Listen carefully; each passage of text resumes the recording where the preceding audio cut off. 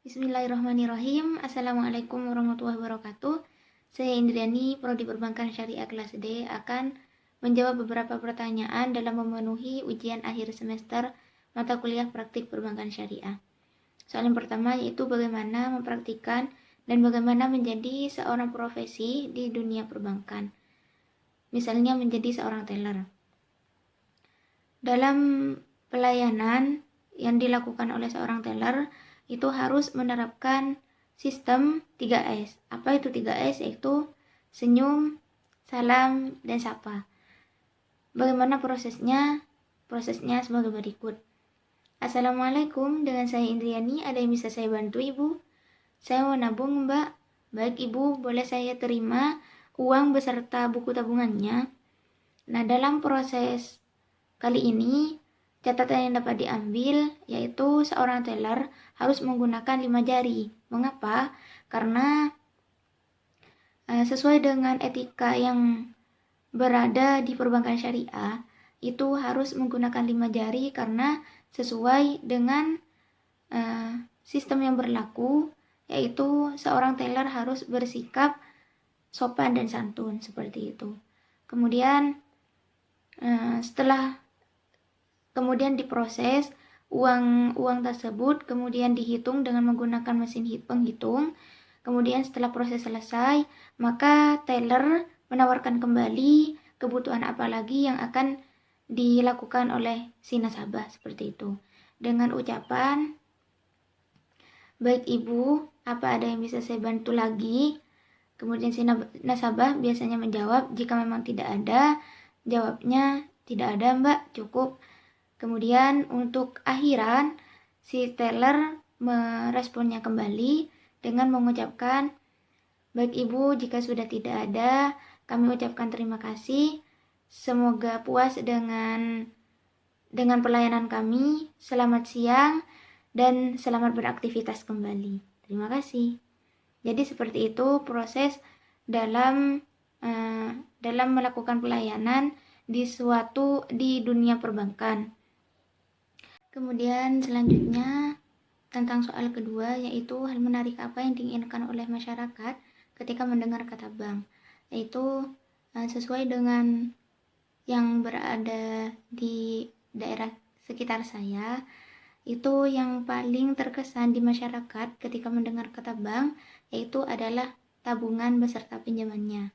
Mengapa? Karena memang dengan masyarakat sekitar yang ketika mempunyai uang yang cukup lebih dan cukup banyak, itu biasanya ditabung ke bank karena mereka berkeyakinan dan mereka percaya bahwa di bank itu merupakan tempat paling aman ketika menyimpan sebagian kekayaan mereka seperti itu. Kemudian mengenai masalah pinjaman, di rumah saya juga kebanyakan masyarakat sekitar itu adalah wirausaha, adalah orang-orang yang memang punya usaha seperti itu. Jadi mereka untuk tetap menjalankan usahanya dan untuk mengembangkan usahanya, mereka melakukan pinjaman ke bank seperti itu. Kemudian lanjut ke soal ketiga, yaitu apa sih yang dimaksud dengan kesuksesan sebagai seorang marketing. Jadi bisa dikatakan sukses seorang marketing itu yaitu ketika sudah mencapai target pemasaran sesuai dengan yang ditentukan oleh perusahaan. Dan juga seorang marketing itu bisa dikatakan sukses ketika bisa mengatur beberapa cara untuk mencapai target perusahaan tersebut. Bagaimana prosesnya? Yang pertama, selain memang harus mempunyai percaya diri, juga harus mempunyai keterampilan dasar. Keterampilan dasar yang seperti apa? Yaitu keterampilan dasar yang mana nantinya bisa mencapai target yang disesuaikan dengan ketentuan perusahaan seperti itu. Kemudian selain keterampilan dasar, itu juga yang paling terpenting adalah harus bisa memahami dan mengenal jenis produk yang akan dipasarkan. Dan itu merupakan hal yang terpenting dilakukan oleh seorang marketing, seperti itu. Karena kenapa? Karena dalam memahami dan mengenal jenis produk ini itu harus mempertimbangkan dan mengatasi pasar terlebih dahulu sebelum menawarkan produknya, sebelum melakukan pemasaran, seperti itu. Kemudian selanjutnya, selain bisa memahami dan mengenal jenis produknya, itu harus melakukan pertemuan dengan calon klien sebelum melakukan marketing, sebelum melakukan pemasaran. Karena dengan cara itu, dengan melakukan pertemuan dengan calon klien, itu dapat memberikan kesan yang baik, juga nantinya bisa dapat meyakinkan klien bahwa produk yang dipasarkan itu memang layak untuk dipakai, seperti itu, dan memang layak untuk dibeli, seperti itu. Selanjutnya, mengenai soal keempat, yaitu apa saja kelemahan dan kekurangan yang terjadi pada seorang teller CS beserta satpam. Kekurangannya itu biasanya karena memang tugas menjadi seorang pegawai bank itu sangat berat, maka biasa terjadi mendapatkan tingkat stres yang tinggi, karena juga setiap pekerjaan itu memang pasti memiliki risiko. Namun hal tersebut juga tergantung pada orang masing-masing mau menyikapinya.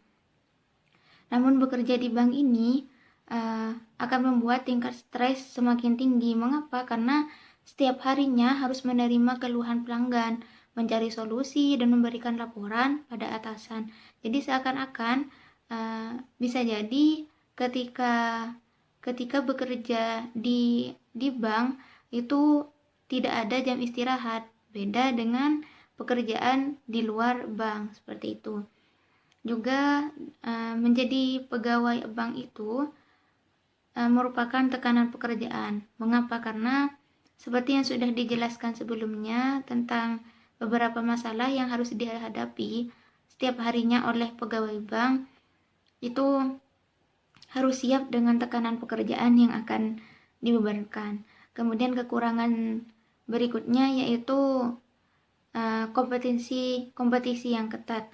Mengapa? Karena dalam hal ini pihak sumber daya manusia dalam perbankan itu sudah membuka lowongan besar-besaran.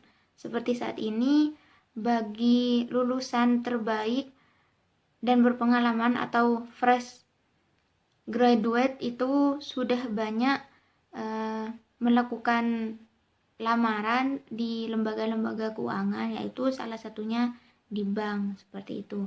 Kemudian kekurangan selanjutnya yaitu resiko ganti rugi jika melakukan kesalahan. Resiko yang terjadi pada pegawai bank memang sudah cukup banyak.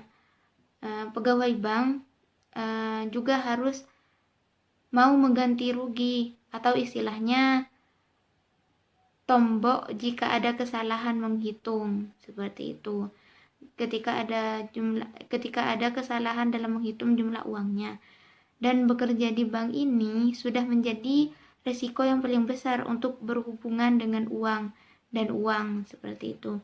Sedangkan sifat manusia, al-insan, itu memang penuh dengan kesalahan, seperti itu.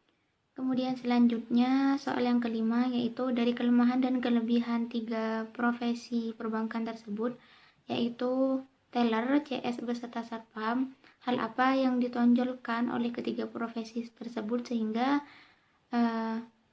nama perbankan itu bisa tetap dikatakan baik. Hal apa? Yaitu misalnya menjadi seorang teller itu harus disiplin waktu. Seorang teller bank itu harus disiplin mulai dari datang tepat waktu hingga menyiapkan perlengkapan kerja dengan baik sebelum bekerja. Teller juga wajib memastikan apakah perlengkapan kerjanya bisa berfungsi secara normal atau tidak, seperti itu. Kemudian ramah dan sopan. karena setiap hari harus berhadapan dengan nasabah, maka teller itu harus selalu bersikap ramah dan harus bersikap ramah. Kemudian berpenampilan rapi. Mengapa? Karena tidak hanya attitude yang dijaga, tetapi penampilan juga perlu diperhatikan jika menjadi seorang pegawai bank seperti itu. Kemudian juga teliti dalam menghitung. Teller itu sudah pasti akan selalu memegang uang setiap harinya, entah itu uang transaksi setoran atau uang tarik tunai.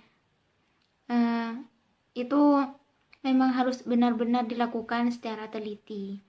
Begitupun juga dengan CS dan begitupun juga dengan satpam. Harus tepat waktu, harus disiplin, harus bersikap ramah dan sopan, juga harus berpenampilan rapi seperti itu. Kemudian soal yang terakhir, yaitu di dalam tugas pencarian nasabah, hal apa yang menjadi kesulitan, tantangan beserta kesempatan?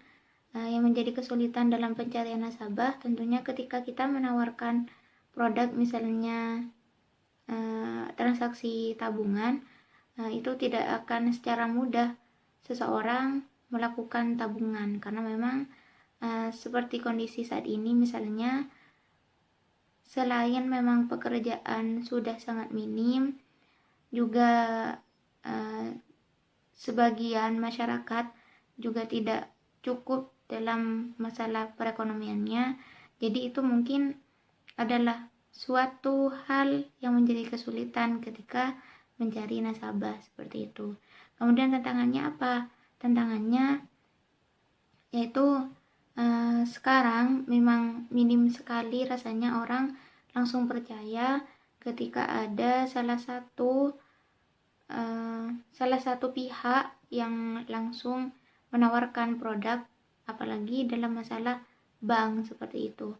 Karena juga ada sebagian mayoritas masyarakat itu tidak banyak percaya mengenai bank seperti itu, karena memang mereka juga minim akan pengetahuan seperti itu. Kemudian kesempatannya apa dalam mencari nasabah? Kesempatannya yaitu kita sebagai mahasiswa perbankan, dan ketika kita sudah menjadi seorang yang memang bekerja di bank, tentunya kita bisa lebih dapat berkesempatan komunikasi yang lancar dengan masyarakat luar seperti itu. Bisa lebih percaya diri terhadap penawaran produk-produk misalnya dalam tabungan seperti itu.